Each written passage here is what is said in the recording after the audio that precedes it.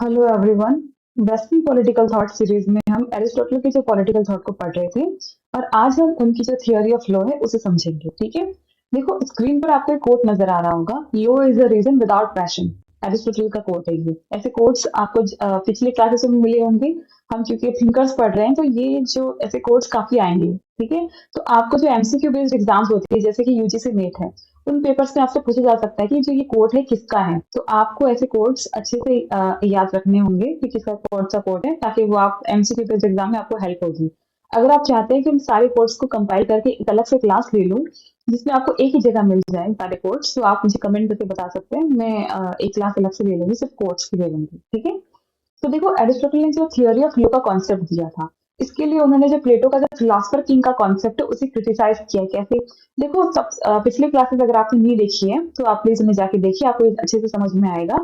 देखो प्लेटो ने जो प्लेटो का जो थियोरी ऑफ फिलोसफर किंग था, ठीक है, उसको एरिस्टोटल ने क्रिटिसाइज किया है, लेकिन उन्होंने माना कि हाँ फिलोसफर किंग का role best form of government है। जो पिछली क्लास में उन्होंने गवर्नमेंट के फॉर्म्स बताए थे, जो नॉर्मल फॉर्म्स है और परवर्टेड फॉर्म्स है, उसमें उन्होंने बताया था कि मोनार्की में फिलोसफर किंग का रूल होगा। और जो प्लेटो के ने बताया था, तो जो वो सबसे बेस्ट रूल है, ठीक है, वो सबसे बेस्ट फॉर्म ऑफ गवर्नमेंट है, वो सही है। लेकिन ये क्या ये पॉसिबल है? क्या ऐसा हो सकता है कि किसी के पास एब्सोल्यूट पावर हो और वो करप्ट ना हो? नहीं, ऐसा पॉसिबल नहीं है, ऐसा धरातल पे नहीं आ सकता। ये जो रूल है वो एक्चुअली में पॉसिबल नहीं है। तो जब पॉसिबल ही नहीं है तो उसकी बात क्यों करनी, हमें आदर्श की बात क्यों करनी जब वो पॉसिबल ही नहीं है। एक ideal form of government possible ही नहीं है ना, तो हम फिर वही बात करें जो एक्चुअल में प्रैक्टिकली पॉसिबल है, जो प्रैक्टिकल है। तो एरिस्टोटल ने कहा कि फिलोसफर किंग का रोल तो बेस्ट है, लेकिन क्या वो पॉसिबल है? नहीं है, वो प्रैक्टिकल नहीं है। तो प्रैक्टिकल क्या है उसकी बात करें। इसलिए उन्होंने बोला कि अगर जो प्लेटो के जो फिलोसफर किंग है उसके पास एब्सोल्यूट पावर होंगे तो वो करप्ट हो जाएगा, क्योंकि एब्सोल्यूट पावर, अगर सारा पावर एक व्यक्ति के हाथ में, तो क्या होगा? ऑब्वियसली वो करप्ट हो जाएगा और फिर वो टायरेंट बन जाएगा। ठीक है। वो टायरनी, जो मोनार्की है वो टायरनी में कन्वर्ट हो जाएगी, मोनार्की नहीं रहेगी, फिलोसफर किंग का रोल नहीं रहेगा। इसलिए उन्होंने इस चीज को क्रिटिसाइज किया। जो प्लेटो का जो थियोरी ऑफ फिलोसफर किंग है उसे एरिस्टोटल ने क्रिटिसाइज किया है। ठीक है। और फिर उन्होंने अपना रूल ऑफ लॉ दिया इसे। अब देखो उन्होंने अपने रूल ऑफ लॉ को जस्टिफाई करने के लिए उन्होंने कुछ पॉइंट्स दिए हैं। जैसे उन्होंने बोला कि जब रूल ऑफ लॉ होगा ना, तो वो क्या होगा, जो एग्जीक्यूटिव होगा, जो मतलब जो भी शासन करेगा, प्रशासक होगा, वो अपनी मर्जी से कुछ भी नहीं कर सकता। ठीक है। जैसे राजा तो क्या करेगा, जैसे अब उसे जिस सिचुएशन में जैसा लग रहा है वैसे बोल देगा, अपनी वैसा ही जस्टिस करेगा। लेकिन अगर एक वो बुक में सब कुछ रूल्स लिखे होंगे तो वो अपनी मर्जी से कुछ नहीं कर सकता, उसे उसके अकॉर्डिंग ही एक्ट करना होगा। ठीक है। तो इससे क्या होगा कि उसके पावर्स पर लिमिटेशंस आएगी। ऐसे वो अपनी मर्जी से उनको जस्टिस को चेंज नहीं कर सकता। जो भी वो बोलेगा मतलब उसे चेंज नहीं कर सकता, उसे उस बुक के अकॉर्डिंग, उन लॉज के अकॉर्डिंग चलना होगा। ठीक है। तो वो उसको लिमिट करेंगे उसके पावर को। ये तो उन्होंने ये रीजन दिया था, जस्टिफाई किया अपने रूल ऑफ लॉ को। उन्होंने माना कि जो फिलोसफर किंग है उसका रूल, उसके अंदर भी रीजन है। ठीक है। जो फिलोसफर किंग है उसमें तर्क करने की क्षमता होती है, इसमें रीजन है। ओके। ऐसा उन्होंने बोला है एरिस्टोटल ने कि रूल ऑफ फिलोसफर किंग के पास भी रीजन है। और रूल ऑफ लॉ है, जो रूल ऑफ लॉ है और रूल ऑफ रीजन है, वो दोनों सेम है। रूल ऑफ लॉ के अंदर भी रीजन है, क्योंकि एक्चुअल में बना कैसे है, नियम बनाए किसने है? व्यक्ति ने बनाया है, उससे तर्क करने की क्षमता है, कुछ लोगों ने मिलकर नियम बनाए, तभी तो बनाए ना उन्होंने, ताकि वो उन्हें गाइड कर सके और वो सही से मतलब रूल कर सके। ठीक है।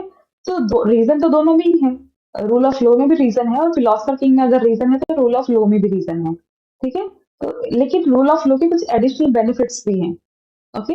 तो देखो both have similar purpose, that is to guide what person should do and should not. ये क्या गाइड करते हैं, दोनों के दोनों ही रीजन।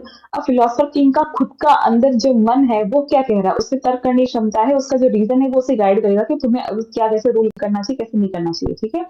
लेकिन रूल ऑफ लॉ एक बुक में लिखा होगा, हर कुछ लॉज ऑलरेडी लिखे होंगे और वो उसे गाइड करेंगे कि उसे क्या करना चाहिए और क्या नहीं करना चाहिए। तो एक्चुअल में दोनों चीजें गाइड ही कर रही है ना। ठीक है। एक को मन से गाइड कर रहा है और एक को जो बुक है वो गाइड कर रही है जो बाहर। लेकिन उस बुक में लिखा किसने है? कुछ लोगों ने मिलकर नियम बनाए हैं और उनके मन ने ही तो बताया उन्हें, वो तर्क वगैरह, तर्क ही तो किया है उन्होंने। तो वो उन्होंने सारा तर्क कुछ लोगों ने मिलकर अपने अपने अकॉर्डिंग उन नियम बताकर और तर्क करके और फिर उस बुक में लिख लिया। ठीक है। और फिर उसके अकॉर्डिंग, तो वो भी तो तर्क, उसमें तो रीजन है। क्योंकि बनाया तो एक्चुअल में इंसान ने, कोई ऊपर से भगवान ने तो बुक भेजी नहीं थी, इंसानों ने ही बनाया है, और उन्हें जो तर्क करने की क्षमता है तभी उन्होंने बनाई है, ठीक है। तो रीजन तो दोनों में ही है, तो सिर्फ फिलोसफर किंग में रीजन नहीं है, रूल ऑफ लॉ में भी रीजन है, ठीक है। Law is an outward manifestation of reason. Again वही बात है कि मतलब वही चीज तो है कि भी बनाया तो लोगों ने ही है ना। ये एक कुछ लोगों ने मिलकर बनाया है, तर्क करके बनाए हैं। अब फिलोसफर किंग में भी इनबिल्ट तर्क होता है, मतलब वो अपने मन से बता रहा है, उसकी सोल बता रही है उसे कि उसे क्या करना चाहिए क्या नहीं करना चाहिए। और इसी तरह से कुछ लोगों ने मिलकर रूल ऑफ ये जो बुक लिखी है लॉ पर, उनको उन्हें बताएगी कि उन्हें किस तरीके से रूल करना है, ठीक है। लेकिन इसके कुछ एडिशनल बेनिफिट्स भी है। अब हमने देख लिया कि दोनों में रीजन तो है, और दोनों रूल ऑफ लॉ में रीजन है, और जो फिलोसफर की उसमें भी रीजन है, और दोनों ही ये बताते हैं कि किसी शासक को कैसे शासन करना चाहिए और कैसे नहीं करना चाहिए। दोनों सेम है, लेकिन इस रूल ऑफ लॉ के कुछ एडिशनल बेनिफिट्स भी है। कैसे? जो अगेन हमने जो स्टार्टिंग में कोड देखा था, law is the reason without passion. मतलब जो ये फिलोसफर किंग है ना, अब उसे, वो एक व्यक्ति है, ठीक है। उसमें क्या होगा, वो एक जिंदा इंसान है।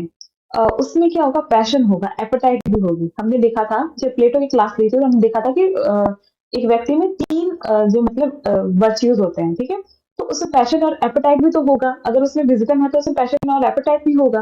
तो क्या होगा कि एब्सोल्यूट पावर जब उसे मिल जाएगा तो फिर उसके करप्ट होने के चांसेस बढ़ जाएंगे। तो वो मतलब ऐसे एक अनिश्चितता सी बनी रहेगी, एक अनसर्टेनिटी बनी रहेगी कि भाई उसमें पैशन एंड एपेटाइट भी है, और हो सकता है किसी जगह उसकी एपेटाइट ज्यादा बढ़ जाए, ठीक है। विजडम की मतलब एपेटाइट उससे ज्यादा बढ़ जाए, तो वो गलत रूल करेगा, मतलब गलत तरीके से रूल करेगा, ठीक है। और ये जो लॉ है ना, इसमें क्या है कि बहुत काफी सालों से, और जो मतलब जो फिलोसफर किंग जैसे बहुत ज्यादा समझदार, जिनमें विजडम है, लोगों ने मिलकर बनाया है, उन्हें एक बुक में लिखा है। वो क्या करेगा, वो मतलब वो उसमें इतनी अनसर्टेनिटी नहीं रहेगी कि वो ऑलरेडी लिखा हुआ है, ठीक है।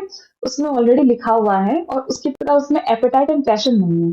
तो इस वजह से क्या है कि ये एडिशनल बेनिफिट है रूल ऑफ लॉ का, क्योंकि वो तो एक व्यक्ति है, उसमें रीजन, उसमें एपेटाइट है और पैशन है। रीजन के साथ साथ तो पैशन और एपेटाइट भी है। कभी कभी हो सकता है कि पैशन और एपेटाइट ज्यादा बढ़ जाए रीजन से, ठीक है। लेकिन लॉ जो बुक में लिखा है, वो ऑलरेडी लिखा हुआ है, उसमें ये चीज नहीं, क्योंकि वो एक्चुअली लिविंग बीइंग नहीं है ना, ठीक है। वो एक मतलब लिविंग बीइंग नहीं है, व्यक्ति की तरह जिंदा नहीं है वो। तो उसमें क्या है कि ये जो पैशन एंड एपेटाइट नहीं होंगे, तो फिर वो सबके लिए इक्वली काम करेगा, सही से रूल कर पाएगा, ठीक है। तो ये जो रूल ऑफ लॉ है, उसकी भी कुछ लिमिटेशंस हैं, जैसे कि ये एक रिजिड है, इसे बदला नहीं जा सकता। अब क्योंकि कौन बदलेगा इसे, अब पिछला चलते आ रहा है, इतने लोगों ने मिलकर इसे, जो इतने समझदार पढ़े लिखे लोगों ने, जिनमें तर्क करने की क्षमता है, जिनमें विजडम है, उन लोगों ने मिलकर बनाया, तो इतना इजी नहीं है इसे चेंज करना। अब ये साइलेंट भी है, ये कह कर नहीं बता सकता। कुछ सिचुएशंस में ऐसा होता है कि भाई आपको डिसीजन लेना होता है सोच समझ कर, ठीक है। तो फिलोसफर की वो कर पाएगा, लेकिन ये नहीं सोच सकता, ठीक है। लेकिन रूल ऑफ लॉ क्या है, गोल्डन मीन। एरिस्टोटल ने गोल्डन मीन का रूल दिया था। अगर आपने पिछली क्लास नहीं देखी तो आप प्लीज देखिए। गोल्डन मीन का मतलब उन्होंने बताया कि एक बीच का रास्ता, कि भाई हम बेस्ट के चक्कर में जो गुड है उसे भी छोड़ दें, ठीक है।